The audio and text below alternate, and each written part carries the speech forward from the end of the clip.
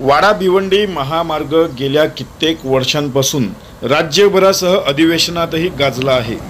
कोट्यवधी रुपयांचा भ्रष्टाचार झालेल्या या निकृष्ट दर्जाच्या कामाने ओळख असलेल्या राज्य महामार्गावर हजारो अपघात झाले आहेत व या अपघातात 600हून अधिक नागरिकांचा बळी देखील गेला आहे। मात्र याच महामार्गावर वाडा ते कुडूसमध्ये असलेल्या कंचाड फाटाच्या वळणावर मोठ्या प्रमाणात अपघात झाले आहेत। असे असूनही या मार्गावरील धोकादायक वळण मात्र रस्ता रुंदीकरण झाल्यानंतरही दूर करता आले नाही। याउलट आणखीन वळण बसल्याने या भागात मोठ्या प्रमाणात अपघात व्हायला लागले आहेत।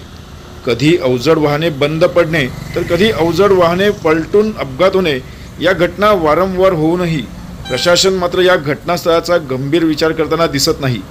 आजही असाच ट्रेलर बंद पडल्याने दोन्हीकडच्या वाहने वेगात ये जा करत असताना वाहन चालकांना अंदाज येत नसल्याने अपघात होण्याची शक्यता निर्माण झाली होती। खरं म्हणजे प्रशासनाने हा वळण लवकरात लवकर दूर करून प्रवासी नागरिकांना दिलासा द्यावा अशी मागणी आता वाहन चालक करत असतात। मात्र यावर प्रशासन किती खरे उतरते हे देखील पाहावे लागेल।